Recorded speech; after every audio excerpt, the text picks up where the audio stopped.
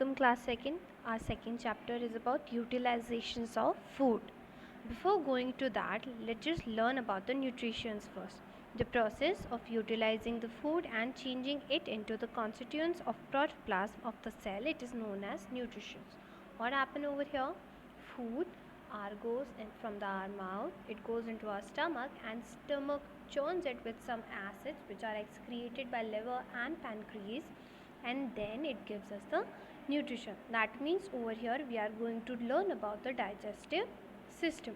First is digestion. Now it involves taking in of food, includes solid food and water inside the body. Over here, digestion happens according to the cell systems in our body. That means unicellulars are having the different kind of digestive system, and like us human are having the multicellular system. That means they are having multiple cells, so we are having different type of digestion system. It is a process of converting complex insoluble food into the simple and solid parts. Now what is over here? Intracellular. When the digestion happens inside the cells, it is known as intracellular.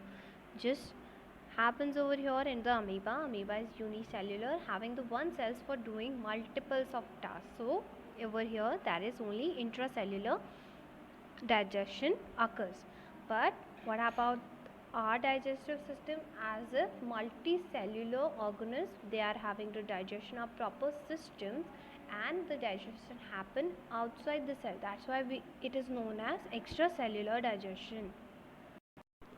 Absorption, it is defined as taking in the soluble digestion nutrition into food. Assimilation, it is a process of converting digestive food into blood, into protoplasm of the cells. That means absorption and assimilations happens or occur in the intestine. Last but not the least is digestive system's most important part is digestion. What is digestion? It is a process of eliminating, as if excreting undigested food from the body by the help of rectum and anus part. So let's just know about digestive system first. We take in the food from the mouth. This process is known as ingestion. From here it goes from the esophagus and goes into the stomach. Over here digestion process occurs with the help of liver and pancreas. They excrete the enzymes or the digestive juices over here. In stomach, the food is converted and mixed and converted as a paste. From here it goes into the small intestine. In small intestine over here, what happens? Absorptions and assimilation, and the waste is then goes into the large intestine, and after it goes from the rectum and anus and outside our body. To help the digestive system, first mouth helps us to chew the food correctly. In our mouth there is a saliva which are mixed into the food and convert the food into a liquid form or a paste. The process of biting, cutting, tearing and grinding together, it is known as mastications of chewing of the food. The tongue help us to what? Swallow the food as well. Over here you are having some multiple parts of digestive system, that is mouth, first esophagus, stomach, small intestine and large intestine.